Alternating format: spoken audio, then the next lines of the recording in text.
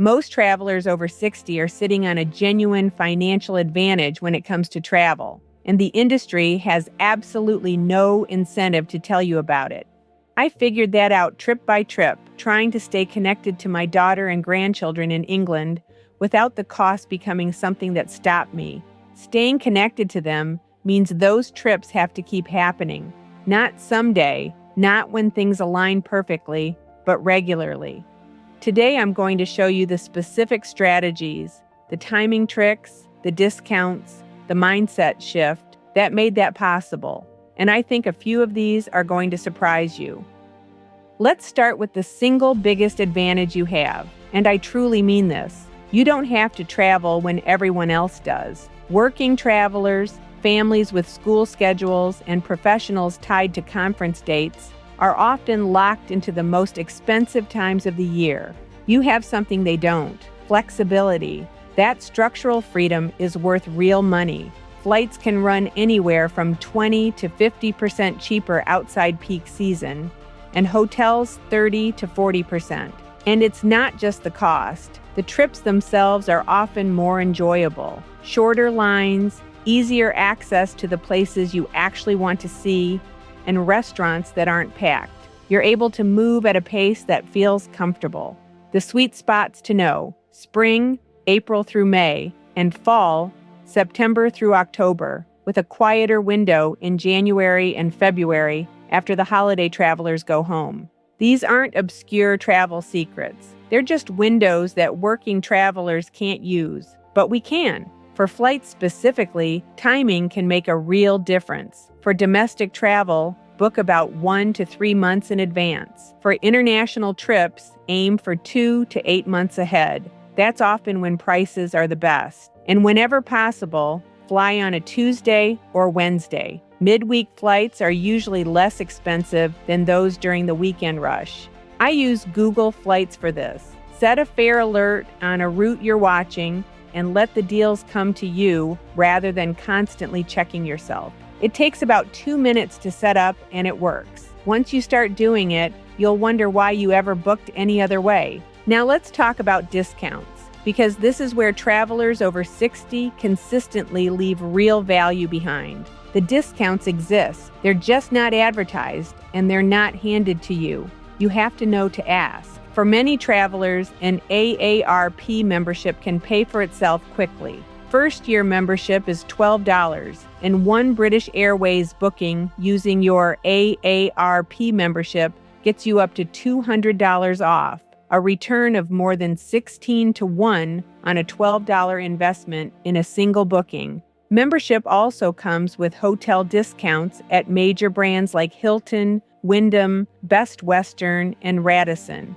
You'll also find savings on car rentals through Avis and Budget, along with the benefit of a free additional driver. That additional driver discount alone, if you're traveling with a partner, is worth knowing about. If you travel by train, Amtrak for those of us in North America, there's a 10% senior discount on most routes for travelers 65 and over. And on cross-border routes between the U.S. and Canada, the discount starts at $60.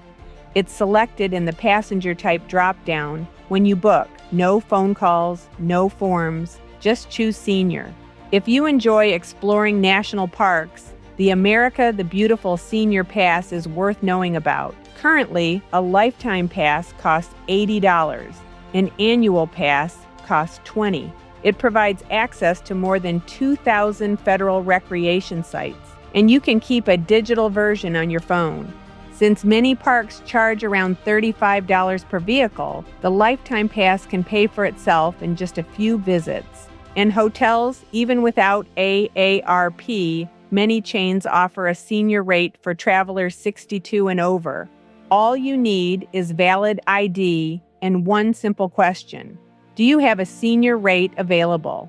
3 seconds, worth asking every single time, because the answer is often yes, and nobody volunteers it. Now, I want to share something that genuinely changed how I travel. Not a discount, not a booking trick, a different way of thinking about what a trip is. It's called slow travel, and more travelers are embracing the idea of slowing down. But retirees aren't interested in it because it's fashionable. We're interested in it because it simply makes travel better.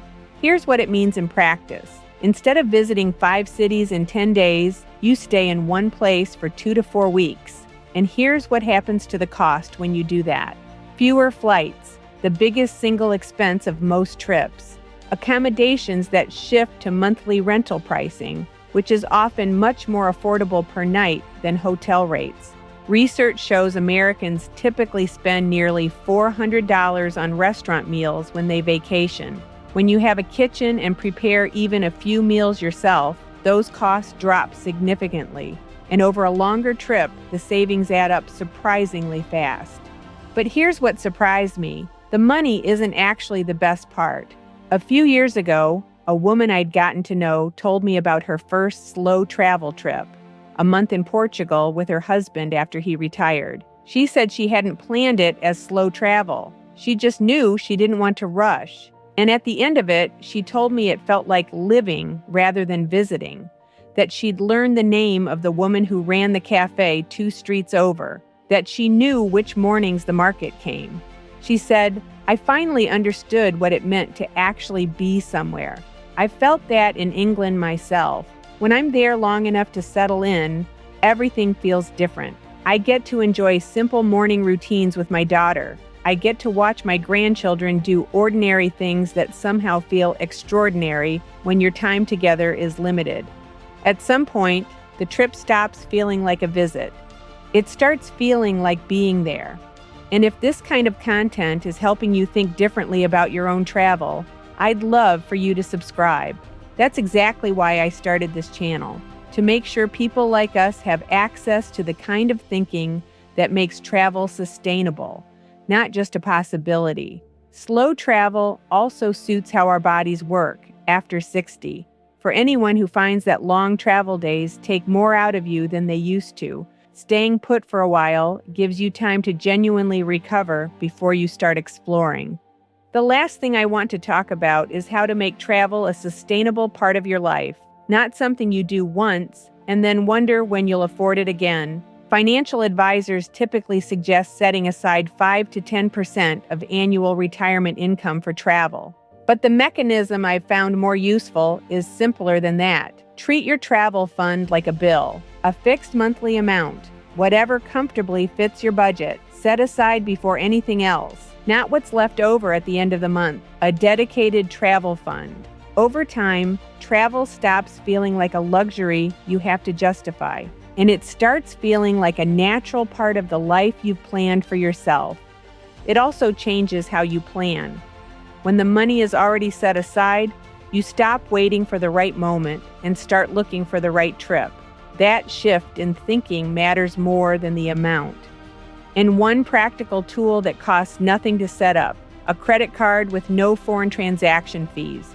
Most cards charge around 3% on every international purchase, and over the course of a trip abroad, that adds up to real money. Some no-fee cards have no annual fee at all, so this can be an easy way to save money.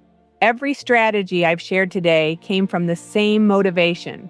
My grandchildren are young and growing up in England. Every trip is time with them during a window that doesn't stay open, so those trips have to keep happening.